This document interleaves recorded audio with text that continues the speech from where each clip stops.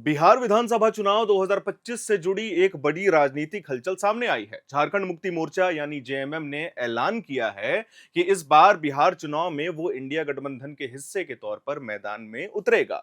यह कदम पार्टी के लिए ऐतिहासिक है क्योंकि अब तक जेएमएम बिहार में अकेले चुनाव लड़ती रही है। पहली बार ऐसा हो रहा है कि उसे विपक्षी खेमे की साझा रणनीति का हिस्सा बनने का मौका मिल रहा है।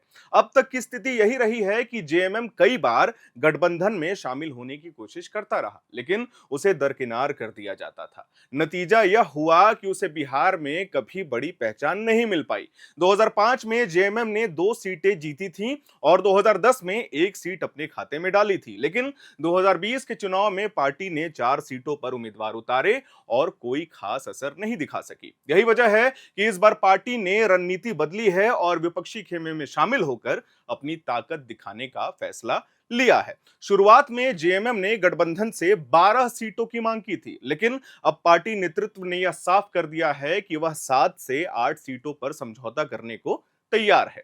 पार्टी जिन इलाकों पर नजर गड़ाए बैठी है, उनमें तारापुर, कटोरिया, बांका, पूर्निया, धमदाहा और चकाई जैसे विधानसभा सीट शामिल हैं।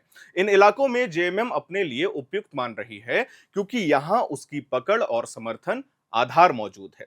पार्टी की इस नई रणनीति के पीछे हाल ही में पटना में हुई मुलाकातें अहम मानी जा रही है। झारखंड के मुख्यमंत्री हेमंत सोरेन ने पटना जाकर राजद नेता तेजस्वी यादव और कांग्रेस सांसद राहुल गांधी से लंबी बातचीत की। सूत्रों के मुताबिक इन बैठकों में सीट बंटवारे पर भरोसा दिलाया गया है और जेएमएम को यह आश्वस्त किया गया है कि उसे गठबंधन में सम्मानजनक जगह मिलने वाली है। जेएमएम के केंद्रीय समिति के महासचिव विनोद पांडे ने कहा कि इस बार हम बिहार में इंडिया गठबंधन के साथ मिलकर चुनाव लड़ेंगे। सीटों को लेकर बातचीत जारी है और जल्द ही सब कुछ साफ हो जाएगा। अगले हफ्ते अंतिम चरण की बैठक होने की संभावना भी जताई जा रही है।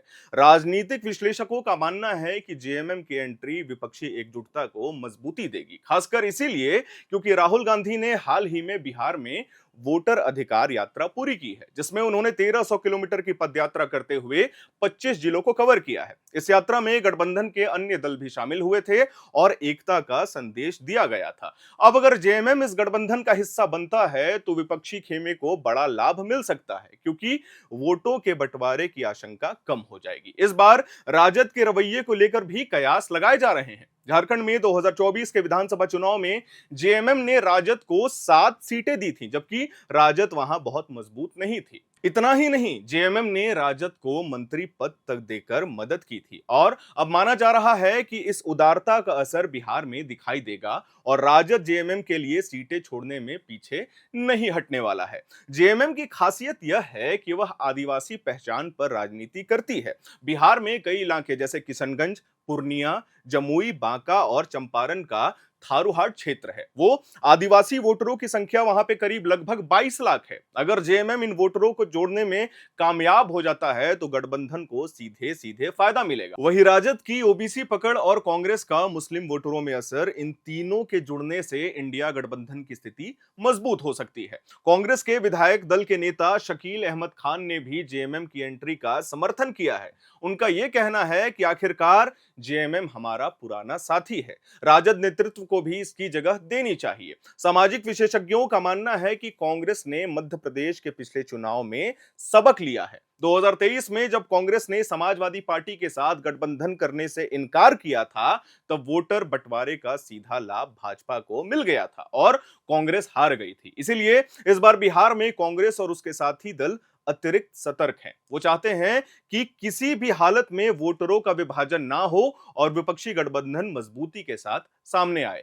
तो कुल मिलाकर के जेएमएम का बिहार चुनाव में उतरना केवल सीटों का मामला नहीं है, बल्कि यह विपक्षी एकजुटता की नई तस्वीर पेश करता है। अगर सीट बंटवारे का मामला सहजता से निपट गया तो जेएमएम की मौजूदगी गठबंधन को उन इलाकों में मजबूती दे सकती है जहां आदिवासी और हाशिए पर खड़े समुदायों की आबादी अच्छी खासी है। राजनीति के जानकार कहते हैं कि बिहार की जटिल सामाजिक संरचना में जेएमएम का रोल छोटा दिख सकता है, लेकिन चुनावी समीकरण बदलने के लिए इतने भर का भी योगदान बहुत होता है। वहीं भाजपा और एनडीए खेमे के लिए यह नया सिरदर्द होगा, क्योंकि अब तक बिहार में उन्हें जेएमएम की चुनौती का सामना नहीं करना पड़ा है। नतीजे चाहे जो भी हों, लेकिन इतना तय है कि जेएमएम का यह कदम बिहार चुनाव 2025 की कहानी को और दिलचस्प बना देगा। आने वाले हफ्तों में जब सीट बंटवारे की तस्वीर साफ होगी, तो यह स्पष्ट होगा कि जेएमएम को गठबंधन में कितनी सीट मिलती है और वो कितना दमखम पूरे बिहार में दिखा सकता है। जैसे जैसे इस मामले का अपडेट्स आता जाएगा, हम अपने चैनल के माध्यम से अपने दर्शकों को देते जाएंगे। मैं उम्मीद करता हूं कि आपको यह जानकारी पसंद आई होगी। हमारे वीडियो को लाइक करिएगा, शेयर करिएगा, चैनल को सब्सक्राइब करिएगा। मेरा नाम है हर्षित और आप देख रहे हैं एयर नाउ।